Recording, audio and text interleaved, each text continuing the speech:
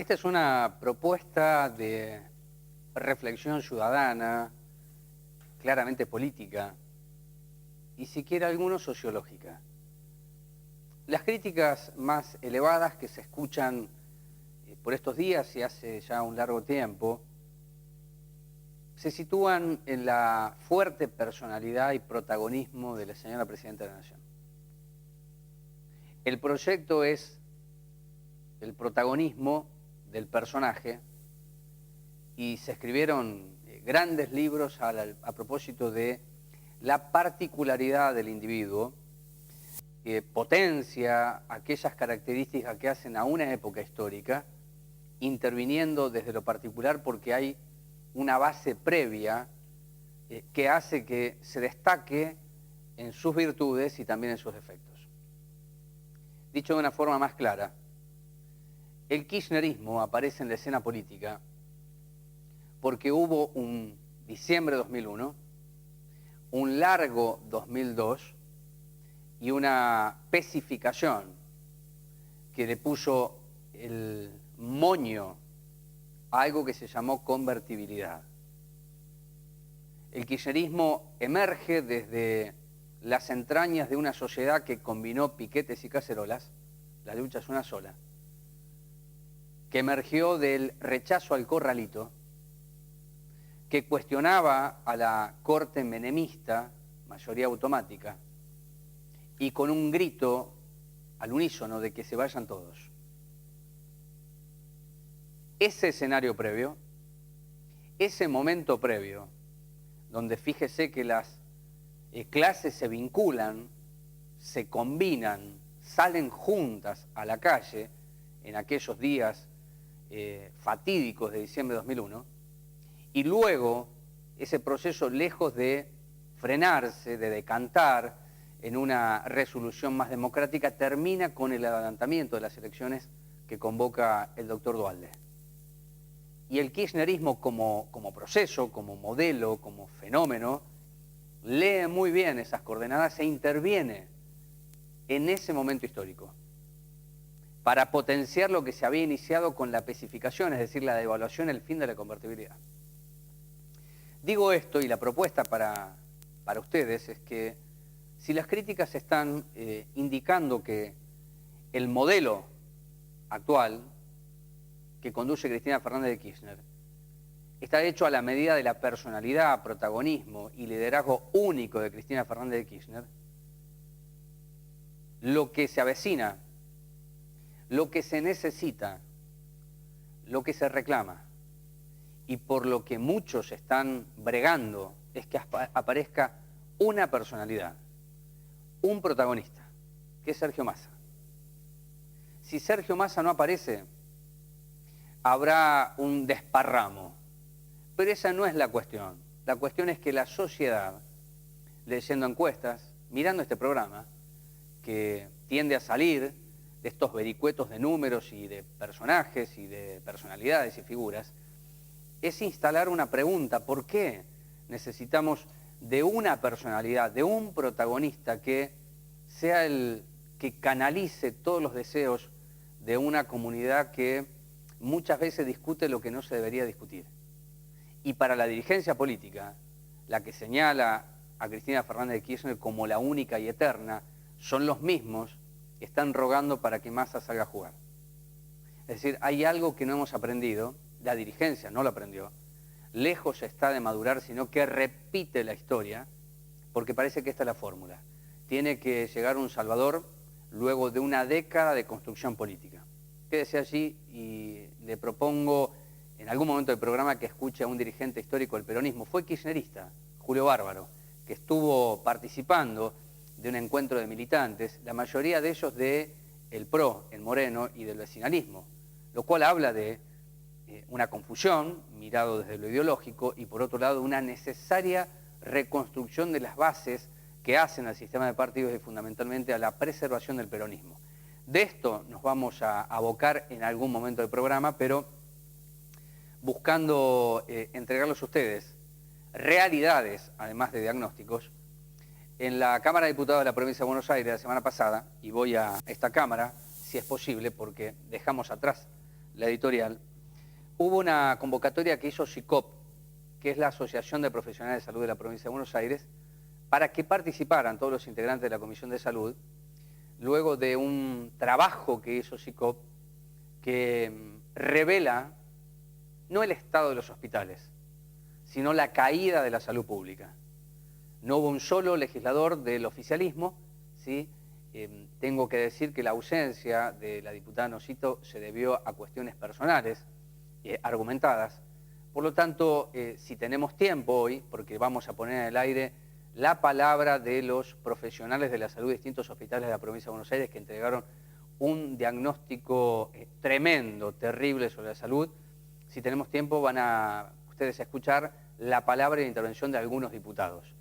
La primera que va a hablar es María Teresa Sosa, que es secretaria gremial de SICOP, y da un dato que hace al presupuesto, ¿no? En donde ahí intervienen los legisladores cada año cuando se vota el presupuesto que manda el Ejecutivo. El presupuesto de este año no contempla nuevos cargos. Y si no contempla nuevos cargos, si alguien se jubila, si un trabajador fallece, no hay quien lo reemplace. Justamente en un tiempo en donde hay una demanda imperante en los hospitales por recursos humanos que no se consiguen.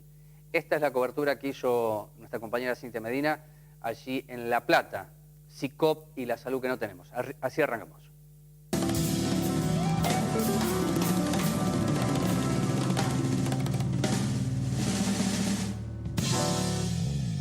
Lamentablemente tenemos un sistema de salud público que en este momento no contiene, sino que expulsa.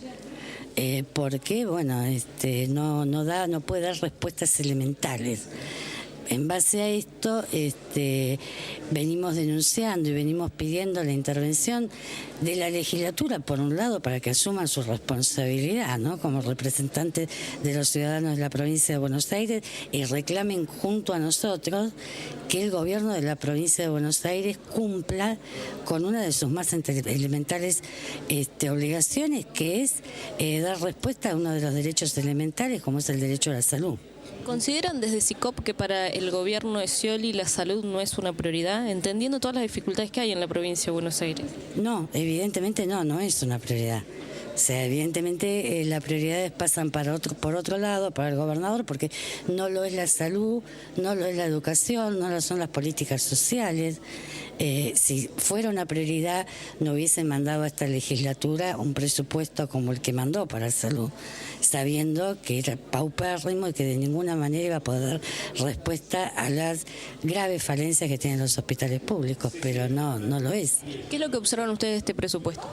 Es un presupuesto bajo, muy bajo, es el más bajo de la República Argentina y que viene cayendo desde hace 10 años a la fecha, y es un presupuesto que no contempla, por ejemplo, este último no contempla cargos. Con lo cual, con un sistema público que no tiene, carente de personal, enviar un presupuesto que no tiene cargos, es por lo menos sospechoso de una falta de compromiso con la salud pública del gobernador. ¿Invitaron hoy a legisladores también del Frente para la Victoria? Nosotros lo hicimos extensivo a todos, pero bueno, tampoco los legisladores del Frente para la Victoria han convalidado ninguno de los pedidos de informes que han hecho los legisladores de la oposición para tratar el problema grave de insumos que hay en la provincia de Buenos Aires, en los hospitales de la provincia. Entonces es lógico, es coherente que tampoco vengan acá. Le hago la última consulta. Se conoció lo de los trabajadores de ATE que fueron detenidos hace una semana atrás. Ahora también se conoce lo que pasa con los trabajadores docentes en relación a ellos denuncian una persecución y un intento de amedrentamiento. ¿Qué consideran ustedes que tienen que hacer los trabajadores para organizarse ante una situación que es crítica y que se ve en los sectores del Estado? Y bueno, los trabajadores estamos haciendo esto, justamente organizarnos a través de nuestros sindicatos. Esto no es nuevo. A nosotros nos ha pasado, en el año 2011 hemos sufrido descuentos, pero bestiales, descomunales, por parte del gobernador, solamente a los afiliados de SICOP. absolutamente, a pesar de que los paros en los hospitales públicos se realizan por todos los trabajadores, estén afiliados o no, los descuentos los hemos recibido nada más que los afiliados a SICOP. Es una forma de presionar, dividir a los trabajadores, pero bueno, no lo han logrado, y la única arma que tenemos para defendernos a los trabajadores es la organización, no hay otra. ¿Hay una responsabilidad por parte del Estado Nacional, del Gobierno Nacional, de lo que está sucediendo en la provincia? Por supuesto que sí, nosotros responsabilizamos a todos, al Gobierno Nacional, al Gobierno Provincial y al Gobierno Municipal.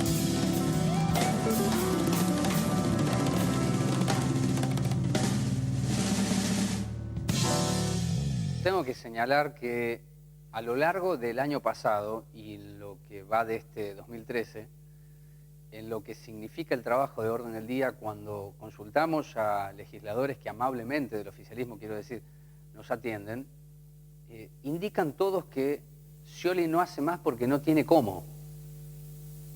Hay algunas críticas del propio oficialismo a lo que es la gestión de Scioli, y se apunta en que creció el número de empleados en lo que es la jefatura de gabinete. Fue mucho más claro el año pasado, cuando se abordó como posibilidad fragmentar o fraccionar el medio aguinaldo de los docentes. Allí emergió con mucha claridad, desde el oficialismo, de algunos diputados del oficialismo, las críticas hacia Scioli, pero después se acallaron esas voces. Y este año, cuando empezó a discutirse el presupuesto, en su ejecución y materialización, son muchos los que han señalado también que no tiene cómo el gobernador hacer frente a demandas que son estructurales. Y la frase de Guido Lorenzino, que es un hombre de riñón sciolista, fue muy categórica. Nosotros tenemos la posibilidad, y será una condición y una meta a alcanzar, si pagamos salarios. Eso define claramente la situación de la provincia, y es una pregunta que se instala, por supuesto, por peso propio. Los 10 años de crecimiento, ¿a dónde se notan en la provincia y en cuestiones que son básicas desde el acervo peronista, desde la justicia social, el acceso a una educación digna, gratuita, y una salud que sea digno y gratuito el servicio que se presta? Laura es del Hospital Neuropsiquiátrico Alejandro Korn de La Plata. También aquí va a encontrar usted que se repite falta de insumos muy básicos, medicamentos y sobre todo cuestiones que hacen a la desidia y a la no observancia de que hay seres humanos que reclaman y requieren una prestación médica. Lo escuchamos.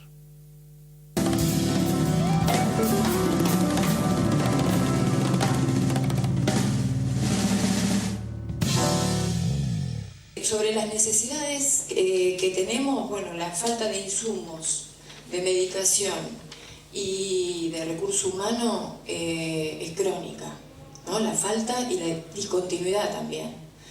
Respecto de lo que son los insumos, bueno, no solamente falta gasa, faltan guantes y todo lo que ya conocemos.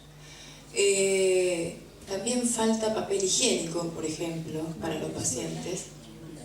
También falta jabón, también maquinitas de afeitar, porque los pacientes se afeitan y hay pacientes con HIV que comparten la máquina de afeitar. Cuando el ministro habla del lavado de manos como una práctica preventiva, nosotros lo que conversábamos con nuestros compañeros es que es una práctica muy sencilla, eficaz, económica, pero para eso necesitamos tener canillas que funcionen, además del jabón. Y no solamente para los pacientes internados, sino también para los ambulatorios y también para los trabajadores. Porque el jabón lo compramos nosotros, ¿no? Lo llevamos nosotros.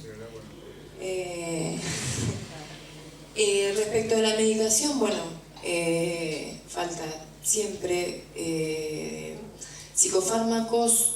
En general hay discontinuidad. Ustedes saben que la discontinuidad complica muchísimo los tratamientos en salud mental, porque cuando un paciente no toma la medicación porque no hay o la tiene que cambiar, puede que eso termine en una urgencia. Así que además de faltar medicamentos elementales, también faltan otras cosas como por ejemplo autoemisores para hacer las audiometrías a los bebés recién nacidos. También faltan líquidos para que funcione el mamógrafo.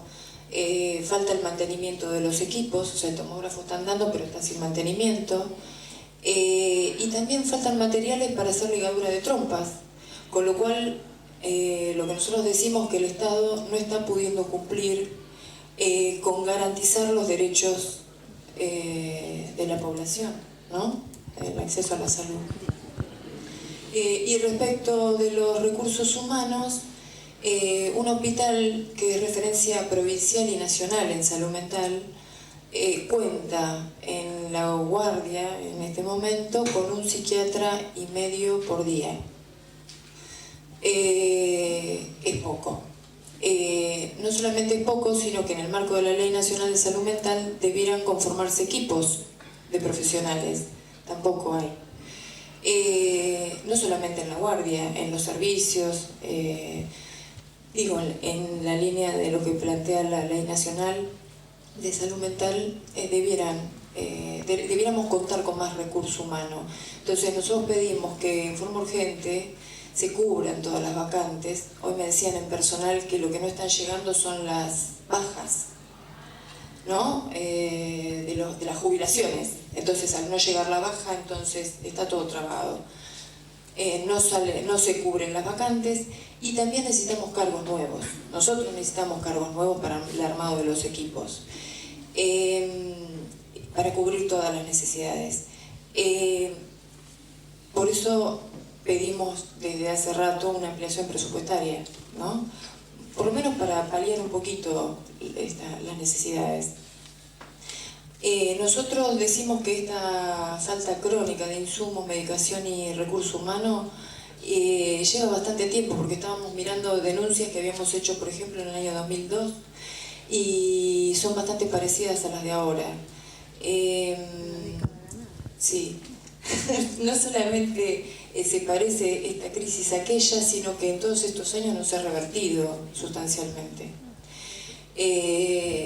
Así que hace 10 años más o menos que venimos pidiendo las mismas cosas. Por supuesto la refacción edilicia, ustedes vieron cómo están los hospitales, así está el nuestro también.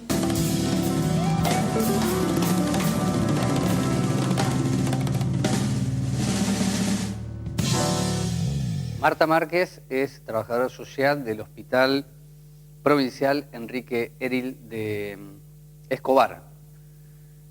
Y cuando ella se manifestó y comentó a los diputados presentes el cuadro de situación del hospital, algunos se preguntaron, ¿eso no era parte de la década de los 90? Porque el principal benefactor de ese hospital es un hospital público, es la firma Pérez Companc, ¿sí?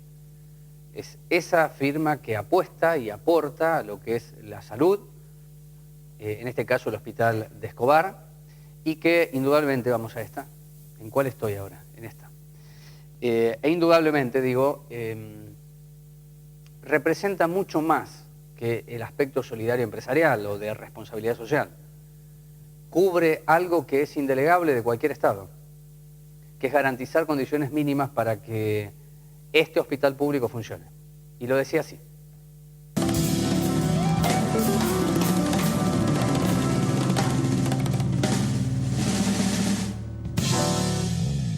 Escobar tiene, haciendo una proyección de los datos del censo del 2010, unos 240.000 habitantes, ha tenido una explosión demográfica en los últimos años, sobre todo en zonas como Darín y Maquinista Sadio, con un alto grado de pobreza. El hospital tiene 127 camas. Hoy a la mañana había habilitadas solo 3 camas en la unidad de terapia intensiva y había 8 camillas en los pasillos de la guardia, que son bastante estrechos. En el tema profesionales y trabajadores en general, el hospital no tiene neurólogo, no tiene ningún psiquiatra, no tiene un psiquiatra y medio, no tiene ninguno. Hay un solo psicólogo para todo el hospital, o sea, el servicio de salud mental del hospital es una persona y las trabajadoras sociales somos 2. Así que el equipo que aborda las problemáticas que tenemos está un tanto limitado. No tenemos fonoaudiólogo, así que no tenemos equipo para hacer las automisiones, pero no tenemos quien las haga. No hay, podemos hacer no hay neumonólogo de adultos, hay una sola oftalmóloga para todo el hospital. Digo, tanto el tema de la fonoaudióloga y de la oftalmóloga tiene que ver con cumplir la ley con respecto a qué tipo de estudios hay que hacer a los bebés que nacen en el hospital. Les quiero decir también que el hospital tiene unos banners preciosos que dicen que es un hospital amigo de la madre y el niño.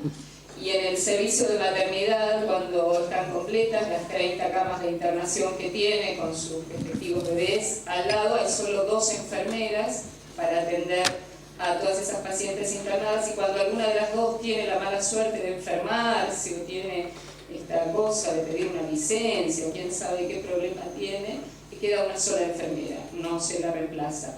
En esta semana, en el vacunatorio, donde más o menos pasan 200 personas por día, porque una dificultad que tiene Escobar también es que su primer nivel de atención está destruido absolutamente desde hace muchos años, entonces el hospital absorbe gran parte de las cuestiones que debería absorber el primer nivel, y había una sola persona vacunando durante toda la semana a 200 personas que pasan por ahí.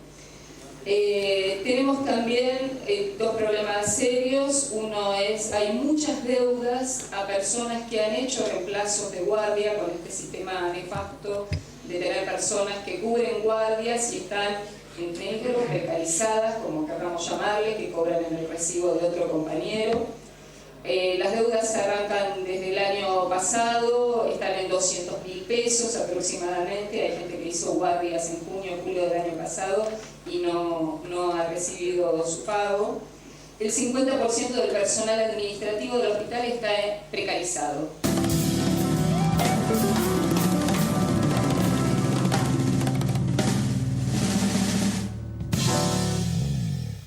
Muy bien. El doctor Hernán Brizuela trabaja en el Hospital Zonal General de Agudos Lucio Meléndez de Almirante Brown.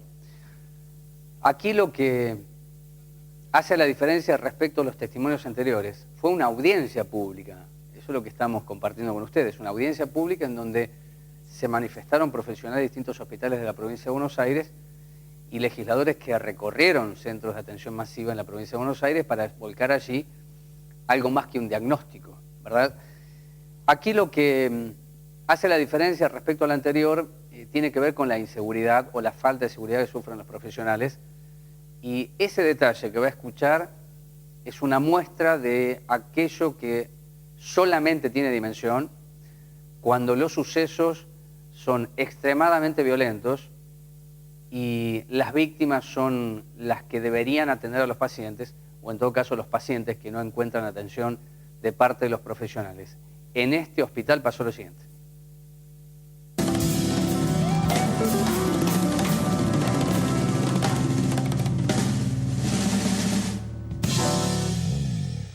El pabellón de cirugía, por ejemplo, donde yo trabajo, que lleva el nombre de la esposa del presidente Ortiz, que falleció en 1940. Por la antigüedad de su edificio, la falta de mantenimiento, llegamos al lamentable estado actual. Uno de los problemas más graves es la circulación del personal y de los pacientes, que no existe, no hay una circulación planificada, lo cual trae innumerables problemas de servicio de todo tipo, desde paciente que va a quirófano pasando por una sala de espera, familiares de terapia intensiva que van a ver a sus familiares pasando por adentro de la guardia. Y el problema más grave que nos trae es el problema de seguridad para el personal. Ha habido numerosos casos de violencia en nuestro hospital, los cuales han recrudecido últimamente. Uno de ellos, hace unos años, terminó con un policía asesinado dentro de la guardia y un médico herido de bala dentro de la guardia. En nuestro hospital conviven modernos equipos de laboratorio, laparoscopía, odontología, con cable de tela, caños de 100 años de antigüedad, caños de agua, techos que se llueven, desagües que desbordan dentro del quirófano cuando llueve mucho, consultorios que se inundan con la lluvia, a veces se inundan los consultorios de odontología donde están equipos carísimos, paredes que se electrifican, cielos rasos que se caen, algunos estaban en la foto que vieron. La carencia de baños para el personal y pacientes es intolerable. La guardia, donde a diario, yo hago guardia una vez por semana, entre pacientes y personal hay no menos de 30 personas generalmente a diario en la guardia, y me quedo corto porque a las 8 o 9 de la noche hay mucha más. Hay un solo baño. Lo mismo que pasa en traumatología. En pediatría los baños para las madres y para los chicos internados no tienen agua caliente. Es común, muy común en el hospital ver a diario gente caminando buscando baños.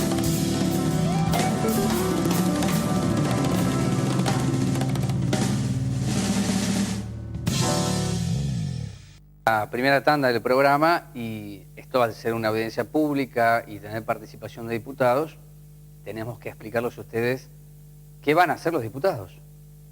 Cuando el presupuesto está votado, está en ejecución y hay carencias que son evidentes. Esas imágenes que han vestido las notas que pusimos al aire son actuales, porque forman parte de un trabajo diagnóstico de relevamiento que hizo SICOP. También recorrieron los hospitales algunos diputados. Tras la pausa, la primera, lo compartimos.